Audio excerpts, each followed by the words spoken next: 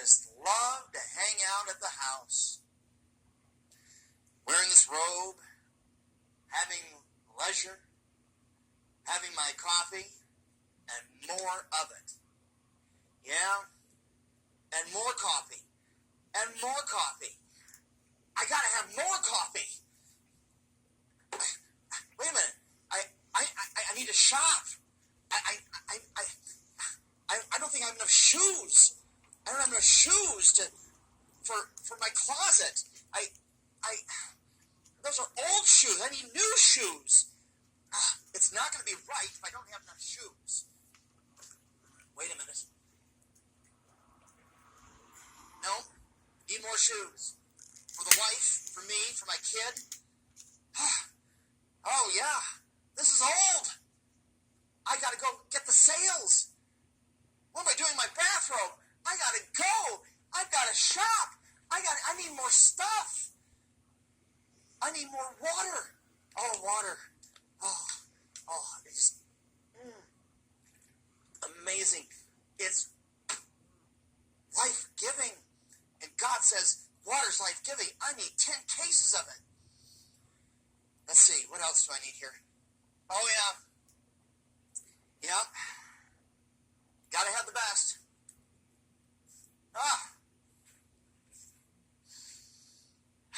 Fill those olfactories. Smell. Oh, I need more of it. More.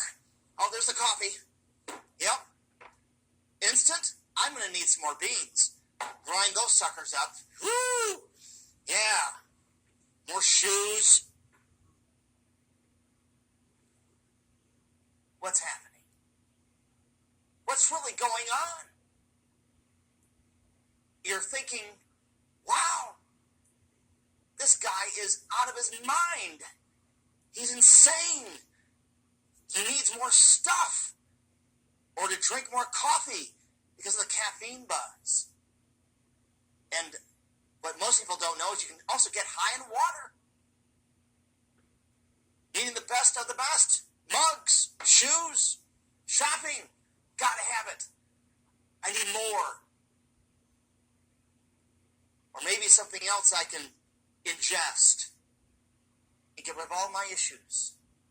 Deny all my problems and live life the way life ought to be lived. My way. Addiction. These are examples of addiction. Now, we're all aware of addiction. We're all aware that some people have to shop to feel good. Some people are looking for the next high because they can't stop after 10 cups of coffee. And as I mentioned too, from other professionals I've talked to, even water can be addictive. Or even not eating. Or making sure you have the right shoes, the right clothing, the right look, the right life. And if it's not right, it's wrong. Whatever the case may be, addiction is destructive. Now we all understand and know that addiction is destructive. I'm Dr. Mark Vandermeer, and I've worked with people who have struggled with addictions for over 20 years. As I oversee our nonprofit organization and ministry, Community Recovery, we have seen people come and go where because of some, for example, and one of our people just recently was put in jail because of their addiction, because of their connection, their need for that substance. In this case, with our person, our brother, we love dearly. It was cocaine. His house was raided just 5 days ago, put in jail, and probably going back to prison. We don't know just yet. And over the past 17 years that we've known him, he's been in and out of prison because of guns, drugs, and the life. what is this baffling behavior we call addiction? We need to define it. We have many examples that come over our news screens.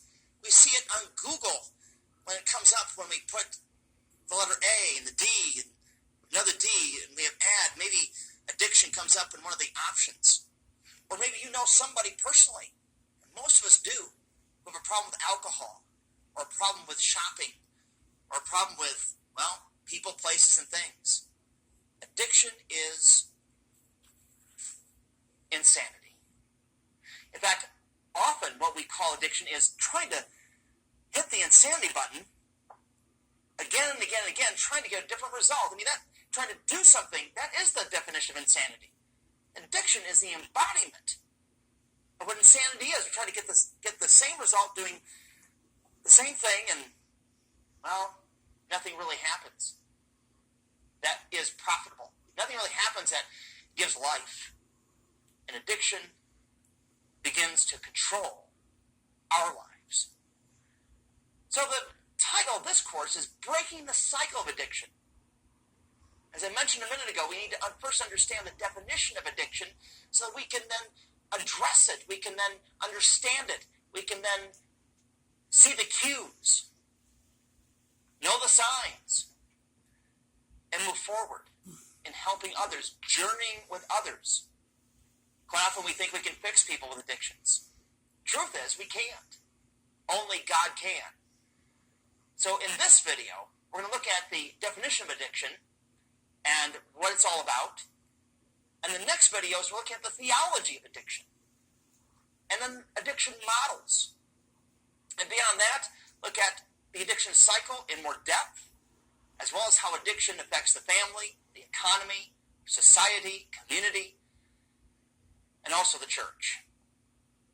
Addiction is a fact of life. So what is addiction? Addiction, first of all, let's go look at some scripture.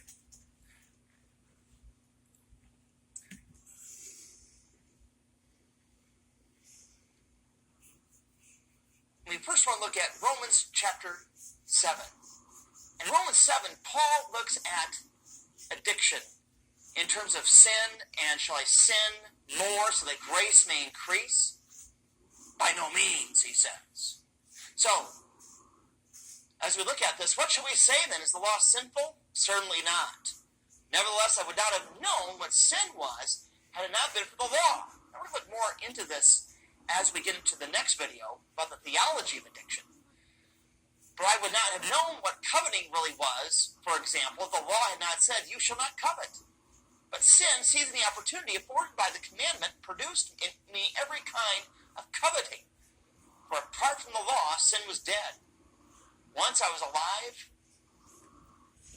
apart from the law, but when the commandment came and sin sprang into my life and I died, I found that the very commandment that was intended to bring life actually brought death. For sin, seizing the opportunity afforded by the commandment, deceived me, and through the commandment put me to death. So then, the law is holy. The commandment is holy, righteous, and good. Then Paul goes deeper. Did that which is good then become death to me? By no means. Nevertheless, in order that sin might be recognized as sin, it used what is good to bring about my death, so that through the commandment sin might become utterly sinful. We know that the law is spiritual, but I am unspiritual. So we're now getting into the thick of it. We're now getting into the